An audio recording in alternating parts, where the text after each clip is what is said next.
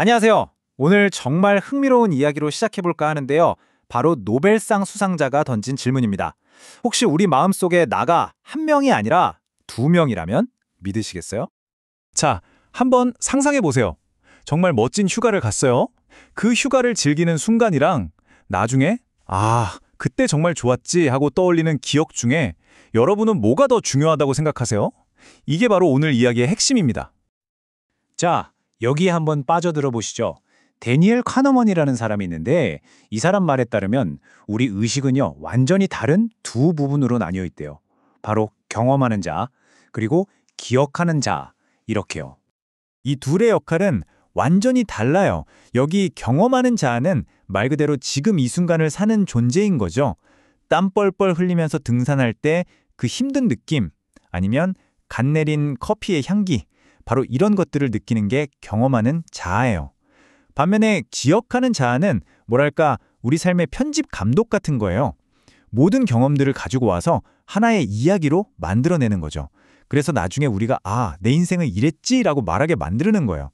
예를 들어 등산은 엄청 힘들었어도 그래도 정상에서 본 풍경은 진짜 최고였어. 이렇게 기억하게 만드는 거죠. 바로 그게 기억하는 자아의 역할입니다. 아니, 그럼 왜 우리는 이렇게 복잡한 시스템을 갖게 됐을까요? 이게 다 진화의 관점에서 보면 이유가 있습니다. 생각해보세요. 우리 조상들한테는 경험하는 자아가 필수적이었어요. 눈앞에 갑자기 사자가 나타나면 바로 도망가야 하잖아요. 혹은 저기 맛있는 열매가 보이면 바로 따먹어야 하고요. 생존을 위한 즉각적인 반응. 이게 바로 경험하는 자아의 몫이었던 거죠. 그리고 기억하는 자아는 그걸 다 기억하는 거예요. 저기 덤불 뒤에는 사자가 있었지. 위험해. 또는 그 빨간 열매는 먹어도 안전했어. 이렇게 과거 경험에서 배워서 미래 계획을 세우는데 도움을 준 거죠. 자, 그럼 여기서 한 걸음 더 나아가 볼까요? 이 두 자아 모델을 요즘 핫한 인공지능, AI랑 비교해보면 어떨까요? 비교해보면 정말 흥미로운 질문들이 막 떠오르거든요. AI는요, 아시다시피 모든 데이터를 정말 픽셀 하나하나까지 완벽하게 저장할 수 있잖아요. 근데 왜 우리 인간처럼 두 개의 자아로 나뉠 필요가 없을까요? 그냥 하나의 시스템으로 완벽하게 작동하는데 그 근본적인 차이가 도대체 뭘까요? 여기서 핵심은요, 저장된 정보의 양이 아니에요. 바로 그 정보의 종류에 있습니다. 바로 콜리아라는 개념 때문인데요. 이게 좀 어려울 수 있는데 쉽게 말해서 빨간색을 볼 때 여러분이 개인적으로 느끼는 바로 그 빨갛다는 느낌? 혹은 따뜻한 커피잔을 줄 때 느끼는 그 따뜻함 있죠? 이런 건 데이터로 바꿀 수 없는 나만이 느끼는 주관적인 경험의 질감이거든요. 이걸 콜리아라고 합니다. 바로 이 지점에서 AI와 인간이 갈라서는 겁니다. AI는 그냥 정보를 데이터로 저장만 할 뿐이지 그걸 경험하지는 못하는 거예요. 그러니까 콜리아가 없으니 경험하는 자아 자체가 없는 거죠. 그리고 경험하는 자아가 없는데 그걸 요약하고 편집해서 이야기로 만드는 기억하는 자아가 생겨날 리가 없겠죠. 애초에 재료가 없는 셈이니까요. 자, 이 얘기는 결국 우리를 훨씬 더 깊고 근본적인 철학적 질문으로 이끌고 갑니다. 도대체 마음이 있다는 거, 의식이 있다는 게 뭘까요? 이런 생각하실 수도 있어요. 로봇에 엄청 좋은 카메라랑 마이크, 촉각 센서 같은 걸 달아주면 인간이랑 비슷해지는 거 아니야? 하지만 그냥 외부 신호를 받아들이는 것만으로는 주관적인 경험, 즉 마음이라는 게 저절로 생기지는 않는다는 거죠. 이 문제에 대해서 철학에서는 크게 두 가지 입장이 팽팽하게 맞서고 있습니다. 첫 번째는 기능주의인데요. 그냥 인간처럼 정보만 처리하면 그게 마음이지, 뭐가 더 필요해? 라고 보는 입장이고요. 두 번째는 현상적 의식론인데 아니야, 아무리 완벽한 센서가 있어도 아까 말한 그 퀄리아, 주관적인 느낌이 없으면 그건 진짜 마음이 아니지! 라고 주장하는 거죠.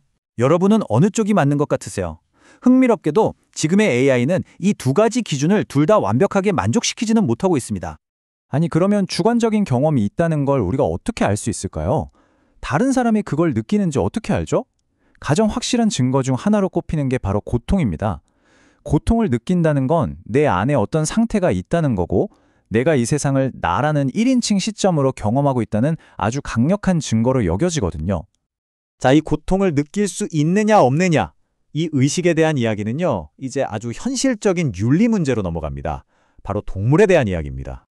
이 질문, 아마 많은 분들을 좀 불편하게 만들 수도 있을 것 같아요. 생각해보면 개나 고양이도 고통을 느끼고 우리가 먹는 소나 돼지도 고통을 느끼잖아요. 그런데 왜 우리는 이 동물들을 전혀 다르게 대할까요? 이거 완전 모순 아닌가요? 이 복잡한 문제를 이해하려면요, 세 단계로 나눠서 생각해보면 좀 쉬워집니다. 자, 첫 번째는 많은 동물이 고통을 느낀다는 생물학적 사실. 이건 팩트죠. 두 번째는 그렇다면 우리가 그들에게 해를 끼치면 안 되는 거 아닌가 하는 도덕적인 평가. 그리고 마지막 세 번째가 어떤 동물은 가족으로 여기고 어떤 동물은 음식으로 먹는다는 문화적인 규범입니다. 중요한 건 이 세 단계가 자동으로 쭉 이어지는 게 아니라는 거예요. 그러니까 결국 어떤 동물을 어떻게 대할지는 단순히 걔네가 고통을 느끼냐 마냐 하는 걸로만 결정되는 게 아니라는 거죠. 그 동물이 우리 문화에서 어떤 상징을 갖는지, 또 우리랑 어떤 관계를 맺고 있는지, 반려동물처럼요. 그리고 종교적인 전통이나 경제적인 이유 같은 것들이 아주 복잡하게 얽혀서 지금의 태도를 만들어내는 겁니다. 그러니까 이걸 단순히 논리적 모순이다 라고 말하기보다는 오랜 시간에 걸쳐 만들어진 사회적인 결과물이라고 보는 게 더 정확할 수 있습니다. 지금까지 의식이니 윤리니 동물 얘기를 하다 보니까 이야기가 좀 센 거 아닌가 하고 생각하실 수도 있겠네요. 하지만 사실은 그렇지 않아요. 이 모든 얘기는 결국 우리가 어떤 종류의 경험에 가치를 두는지에 대한 거거든요. 그리고 이 질문이야말로 우리를 다시 맨 처음으로 카너먼의 이론, 즉 도대체 좋은 삶이란 무엇인가? 라는 핵심 질문으로 되돌려 놓습니다. 보세요. 이 두 자아 이론은 그냥 재미있는 심리학 이론이 아니에요. 이 이론은 우리 한 사람 한 사람에게 당신은 무엇을 위해 살고 있습니까? 라는 아주 근본적이고 개인적인 질문을 던지거든요. 자, 이 논쟁의 양쪽 입장을 한번 볼까요? 정말 팽팽합니다. 먼저 지지자들은 이렇게 말해요. 아니, 결국 중요한 건 기억하는 자아지? 인생의 큰 결정을 내리고 나중에 내 삶을 돌아보면서 만족감을 느끼는 건 다 기억하는 자아의 몫이잖아. 우리가 스스로에게 들려주는 나의 이야기가 바로 내 삶의 만족도라고. 그런데 비판자들은 또 이렇게 말하죠. 무슨 소리야? 진짜 행복은 지금 이 순간의 행복, 즉 경험하는 자의 행복이야. 기억이라는 건 너무 쉽게 왜곡되고 믿을 게 못 돼. 라고요. 이게 어떤 거냐면요. 예를 들어 순간순간의 스트레스는 별로 없지만 딱히 성취감도 없는 편안한 일이랑 과정은 진짜 힘들고 괴롭지만 나중에 돌아보면 와, 내가 저런 걸 해냈어 하고 멋진 이야기로 남을 도전적인 일. 이 둘사리에서 선택하는 것과 같아요. 이건 정말 누가 맞고 틀리고의 문제가 아니에요.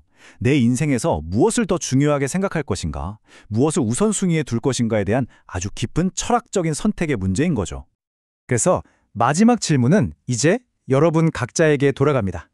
여러분은 매 순간 즐거운 경험들로 가득한 삶을 살고 싶으신가요? 아니면 나중에 돌아봤을 때 정말 근사한 이야기로 남을 수 있는 그런 삶을 만들어가고 계신가요? 여러분은 어떤 자아를 위해 살고 계십니까?